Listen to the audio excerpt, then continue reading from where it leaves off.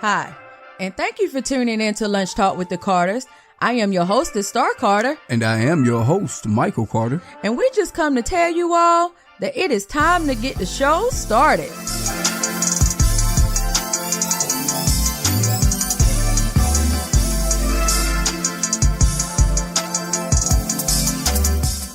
What's up, guys? We are back on this beautiful Friday. What's going on with you today, Mr. Carter? Oh, everything is going wonderful. That is good. So, guys, we left you off Monday. We were talking about what if you married the wrong person? Was that right, babe? Yeah, I think so, yeah. Yeah, we was talking about Jacob marrying Leah instead of Rachel. Yes. And them going kind of like tit for tat. Leah and Rachel were going tit for tat, because he really didn't want Rachel. He wanted, he really did want Rachel. My bad. He really did want Rachel. He didn't want Leah. And so his uncle Laban tricked him, and he wound up working 14 years, instead of just working the 7. And so, in the midst of the two ladies, trying to compete with each other along with their servants, he wound up having 12 sons and 1 daughter, right? I'm getting that right? Okay. So we were saying that, even in the midst of all the chaos that was going on between the wives, because, the Bible even says that the servants wind up becoming his wives as well. So between the 4 wives that he had and the 12 sons, which were the 12 tribes of Israel, and the 1 daughter, there was even a discord in the family dynamics with the children, because mind you, he had only two children with the one he actually loved, which was Rachel. So he had Joseph and he had Benjamin with her, but the other ones, he wound up having 6 sons with Leah and a daughter, and then he had 2 with one of the servants, and he had 2 with the other servant girl. So that's how the whole breakdown is. So out of all his kids, he loved Joseph the most, because he had Joseph in his old age, and he wound up giving Joseph this robe. So babe, you said that this is one of your favorite stories, so I'm going to let you take over. So he gives Joseph this nice robe, and we can talk about the envy and the jealousy and all that kind of stuff, and just give people a kind of a look at how jealousy and stuff took over into the family at this point. Well, you pretty much inside it up. Pretty much inside up everything. Okay, well, as she was saying, this is one of my more favorite events that happen in the Bible. I don't like to say stories because stories could be false, and these are actual events. So I would say one of the most inspiring events that happened in the Bible was the story of Joseph. And I think it starts in Genesis 37 through 40 something, I think it is. I'm not for sure about that, but I know it starts in like Genesis 37. And guys, you can follow along with that if you ever got the time or whatever. But yeah, it's one of my favorite one of my favorite events in the Bible, because it touches on family. It touches on envy. It touches on jealousy. It touches on forgiveness. This is one of the prime examples of how families, should stick together no matter what the situation may be, because sometimes family members do treat you bad. And a lot of people out there can witness that. Family members do treat you bad. And this is one of the most worst things a family member can do. So I'm going to get into this. Starting off with Joseph, because as my wife said, Joseph, he was one of the favorite sons. And a lot of parents out there, you have kids that maybe you may like a little more, or a little more feelings than others. Not saying it's wrong or right. It's just saying that it happens. We're human and it happens. And he was one of the more favorable kids, and therefore it built a jealousy within the other kids. And so Let's paint a picture for you here. Joseph, was the favorite son. Okay. So they was out one day and they decided, the brothers, of Joseph, they had a little envy because Joseph was predicted to be their leader. Okay. And that right there was a no for them. They did not want Joseph to lead them. So it just so happened that they're out one day and the brothers start, conniving behind his back. They was going to try to get rid of Joseph in a certain way. Okay. Some brothers wanted to kill him. One brother didn't want to kill him. So, they was out and they decided not to kill Joseph and put him into a hole or a deep trench or whatever you want to call it. Okay. They decided to do that. But as I said, one brother did not want to kill him. So that's why they decided to do that. And just so happened a bunch of people from Egypt was coming by. So they decided, not to harm Joseph because that is our brother. He's our brother, but we need to get rid of this guy because he's the favorite son. He's getting all the blessings. He's getting everything. So they decided to sell Joseph to the Egyptians. So therefore now Joseph is sold to the Egyptians. The brothers concoct this story about how they took his robe and they slaughtered an animal and put the blood all over the cloak that his father had specifically made for him. And after they sold Joseph, they went back and told the dad, that Joseph was dead. He was gone. And Joseph saw the blood soaked garment and he wept. And he was very sad because, again, as I said, that was one of his favorite sons. That was his favorite son. And so Joseph goes on in Egypt. Okay. He becomes a servant and, in the guy's house. What is the guy's name again? The Potiphar? Potiphar. Yeah. Potiphar. I'm sorry, guys. I can't pronounce all these names in the Bible. Potiphar. Yeah. Potiphar. Okay. He became a servant in Potiphar's home, in his home. Okay. And there, he did great work. So, Potiphar gave him a little gave him a little position and then he was all over all the servants. Okay. And all that was going, pretty decent until one fateful day that a female came to the picture and changed everything. Okay. It was the owner of the house's wife. Okay. She made a pass at Joseph. Joseph turned her down because he knew it was wrong. And so she was so mad and frustrated about the fact that she got turned down by Joseph that she ran to her husband and lied on Joseph and got Joseph thrown in prison for approximately about 2 years. I think it was. He was thrown in prison for 2 years. And there in prison was when Joseph actually started coming into his graces, coming into his gifts, because Joseph started interpreting dreams. He started interpreting dreams. And so, he interpreted, 2 of the prisoners' dreams. That one prisoner was going to be serving the head of the king, right? I think, and the other one was going to get killed. Mm-hmm. Correct? Yeah, they both were. One of them was the cupbearer for Pharaoh. Yeah. Okay, and so that's when Joseph's actual dream, I started saying interpreting dreams started coming to pass. So, okay. And to make a long story short, so he started, interpreting dreams and the word got back, I cannot pronounce this guy's name for nothing. Potiphar's, he was having these dreams and he did not know what these dreams were. Okay. He did not know how to interpret the dreams. Just so happened that one of the guys who was locked up with Joseph, it was Pharaoh. Okay, Pharaoh. Okay. Yeah, so Pharaoh was having a dream. Okay, so he did not know how to interpret the dream, but just so happened one of the guys that he was locked up with knew that Joseph was interpreting dreams. Okay. And so therefore he sent for Joseph and Joseph started interpreting his dreams. Okay. He told the Pharaoh what his dreams meant, that he was going to have 7 years of, abundance and 7 years of famine. Okay. So, he listened to Joseph and he made his people start storing food and all of this. So therefore when famine came, they was prepared. So, oh man, he loved Joseph for that. And so therefore he moved Joseph up into another position. Okay. So now Joseph's getting a little power in Egypt. He's getting a lot of power in Egypt, so he's becoming the right hand man, to the number one guy in Egypt. So, he's getting a little clout in Egypt.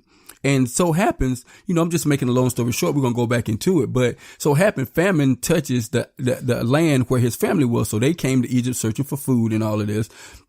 And so, and now Joseph is a big guy in Egypt. So he knew who his people was when they came to Egypt in search of food. He told his people not to let them know who he was. He didn't want to let them know who he was. Okay. But his people came there and Joseph took care of them. Okay. And, just to make the long story short, okay, he went against what this is my personal opinion, what he wanted to do, but he stuck with what God wanted him to do. The forgiving part. He knew what his brothers had did, but his brothers had no idea, who Joseph was. But Joseph could have been a real authoritarian, stretched his power a little bit and did something for revenge against his family, that actually sold him to Egypt in the beginning. But in Egypt, something that turned out bad in God's plan, it turned out to be a blessing for Joseph, because Joseph was the one to, was predicted to be the leader of his brothers. So I was just, when you were saying that, just telling, just breaking down the story, it just made me think of how people can allow their jealousies to tear families apart, because his dad showed favoritism to him. Jacob, also known as Israel, his name was changed to Israel. He showed more favor to Joseph, and that was the only reason why his brothers did him the way that they did him. I can't tell you how many families are divided, when you have what they call blended family, because this is basically what this is. This is a blended family. Mm-hmm. He only had two daughters with the wife two kids with the wife that he really wanted, which was Rachel. So all the other kids were, I hate to say it, kind of like collateral damage. Basically. Yeah. They were there. And of course, since he took Leah as a wife, as a husband, and with the law, he had to sleep with her, whether he wanted to or not, And so, and then, like I said, he had the children with the servants. So it was just so much going on that those other kids, they probably felt unloved the whole time. Can you imagine your father being out there, just putting it in a more of a nowadays sense, buying your brother a hoverboard and got you some old raggedy skates, mm-hmm. Or something like that. Or he bought, Joseph an iPhone X and then got you an old Android that no name phone. Yeah, a flip phone or something. He gave him the best of the best. He gave him a nice robe and everything. That's just like going out and buying him a pair of new Jordans and getting y'all some Cougars. Mm-hmm. So he treated him very special, and that brought division between the brothers, where the brothers, they should have been united, and just like how families should be now as siblings. Me and my brother, we have the same mom. We don't have the same father, but he has other siblings that and can you imagine, when you have other siblings and then you got ones that be like, well, you're not my, real brother. Mm-hmm. Yeah. Or you're not my real sister. I've even heard of people when men step outside of their marriage and like say they die. I had a friend of mine whose uncle died last year, just for an example. I had a friend of mine whose uncle died last year. And the children actually fought because the children of the main home, obviously he stepped outside of the marriage and he had a baby outside, or he had some children outside. So the children that actually grew up, mom and dad, in the home, and the outside kids, there was a fight because when he died, the outside kids felt like they should have been up front with the family. And they were upset because they wasn't even mentioned in the obituary. So that's how deep that type of stuff can really go. And then it just gives you this example here, right here in Genesis, that because of how the family dynamic was so screwed up, that they outcast their own brother and sold him into slavery. They're like, he had a dream that he's going to rule over us. He saw himself ruling over us. He ain't even have that kind of dream. We're not only gonna take you away, but we're gonna make sure that you don't rule over anybody, because we're gonna put you in slavery. So you're gonna be the lowest of the low. You're gonna have to serve people. Now, we ain't gonna kill you, but you're not gonna rule over us. And so that is how deep their hatred for their brother was, that because of their dad. Their dad put that division in them. So can you imagine nowadays how that just plays out into families where we don't think about the consequences of our actions when we're doing the things that we're doing? We stepping outside of our marriages and creating outside children, or, I'm not saying that if you've done that out there that's listening to the podcast that you're a bad person, but when you just think about it, those are some of the consequences of our actions when we indulge in sin, basically. Yeah, you're absolutely right. Yeah. When you do things against God's will, things like that happen. But guys, just back on the story. Can Can you just picture in your mind the look on their brother's face when Joseph actually reveals who he is to his brothers after they knew what they had done to him? Just imagine the look on their faces, and just imagine, the restraint and the godliness in Joseph to greet them with open arms. I mean, to treat them as they were, like equal to him, so to speak. He didn't put himself over his family after they had did something so horrible to him. He did not condemn them to any bad ill will. He did not do that, and he had the power to do that. So therefore, Joseph was a man of God.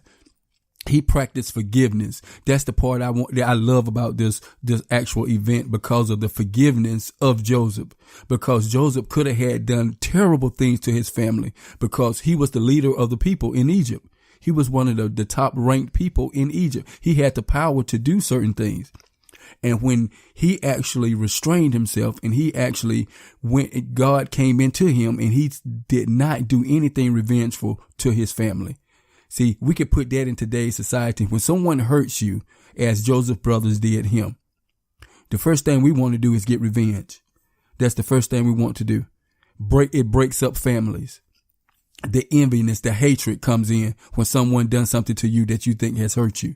But Joseph practiced, the word of the Bible. He practiced what the Father was delivering. He practiced what Jesus was delivering, and the whole time, forgiveness. You have to practice forgiveness, because if not, that's a road of destruction, and it will tear families apart, because everyone is going to do something to you. Just basically, somebody's going to do something to you, but we're all human. I might do something to piss my wife off, or I might do something to piss my sister off, or whatever. But, we're family. To the end of the day, we're family. Forgiveness. You have to forgive those people that hurt you, especially when it comes to family. You absolutely right, babe. So you got anything else you want to say on this subject? No, guys. No, just wanted to touch on that today because of the fact that that was a great event in the Bible about Joseph and forgiveness and the strength of family. That's the main point we're trying to push home today. You always got to keep in mind, people are going to do things, but you got to forgive them. I really have enjoyed this series. If you do want to go back and read the story of Joseph, like my husband said, it starts at Genesis 37, and it really goes all the way out to the end of Genesis, all the way out through verse 50, which is the last verse in Genesis. And basically at the end, that's when their dad died. And like my husband said, right before their dad died, the brothers were scared that he was going to seek revenge, because he was like, they ain't gonna do nothing now that my dad's still living, but now that my dad is dead. And like I said, that was the very ultimate sign of forgiveness. And that is the point of the show. Basically, we did this in the beginning series, and we just want to show you that everybody has gone through something, even through the beginning of time. So that's why we did this in the beginning series, talking about the families, the first families. They're supposed to be our fathers and mothers of the earth, because, the promise that God gave to Abraham was that you're going to be fathers of many nations. And so we are the children of Abraham, Isaac, and Jacob. We are their children. So basically, it was just letting you all know that what they've gone through and what we've gone through now in 2018, these things have been in the world. These sins have been in the world, but there's always a time that you can change. You can forgive, you can move on, you can heal wounds, you can turn things around that can make your family stronger. You can do that. Cause just like, what Joseph says at, in Genesis 50 and verse 19, he said, Joseph said to them, he told his brothers, he said, do not be afraid, for am I in the place of God? But as for you, you meant evil against me, but God meant it for good, in order to bring it about as it is to this day, to save many people's lives. So basically what he's saying is, I love that too. Yeah. So basically what he's saying is, y'all did this to harm me. Mm-hmm. And it turned out to be a blessing. So everything, guys, that you go through, your trials and your tribulation, it may look dim at the time, but God has his hands in it. If you keep like Joseph never cursed God. He never gave up on God, even when he was in prison. And so he still had God's favor on him. Everything that he did, he was even cool with the warden. I mean, God was with him the whole time because he knew that his brothers did this to him. So sometimes we got to go through trials and tribulations, even in our families, even in our marriages, even in a lot of things, because the enemy is going to attack us. The enemy's been attacking since Adam and Eve, so we have to learn to forgive the ones that hurt us, because everything that is done to us, we don't know what's on the other side of that. God can turn anything that's supposed to be bad into good. Situation. Any bad situation. Yep. You're absolutely right. Any bad situation. So we hope y'all enjoyed this. We did. We really did enjoy this in the beginning relationship series. Mm-hmm.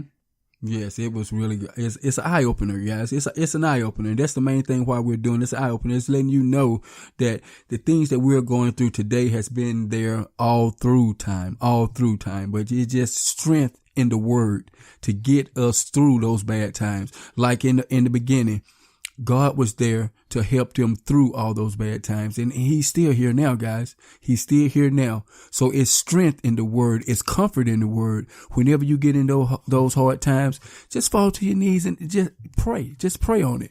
And I guarantee that your prayers will be answered. Amen to that, brother.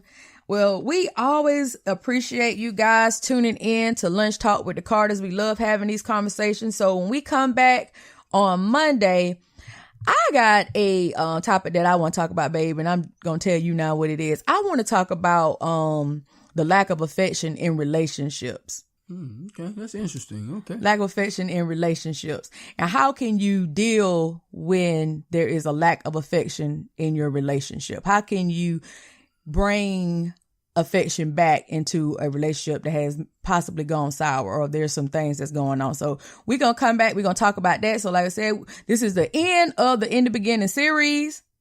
So guys, hit us up. Let us know if you enjoyed it. You can always email us at lunchtalkshow@gmail.com. As always, we appreciate you guys listening to us on Radio Public, because when you listen to us on Radio Public, you are financially supporting Lunch Talk with the Carters. So we always appreciate our listeners that comes from Radio Public. Also, you can listen to us on Spotify, iTunes, Google Podcasts.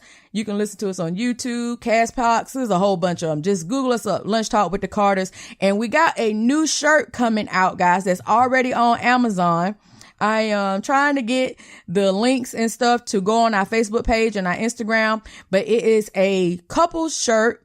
And on the front of it, it says, "What God Joined Together," from Mark 10:9. So what God joined together is the name of the shirt, and that's what's on the front of the shirt. So just look forward to me posting that. You can go on our Facebook page and check it out. I'm actually waiting on an order to come through. So me and Mike gonna actually want to take pictures of it before we actually put it on there, so you can see us with our shirts on. We got it in short sleeve and we got it in long sleeve. So just look forward to that. Is What God Joined Together, Mark 10:9 t-shirt for all our couples out there. All right. So check us out. We'll be back on Monday talking about affection, guys. So have a great weekend. All right. Peace.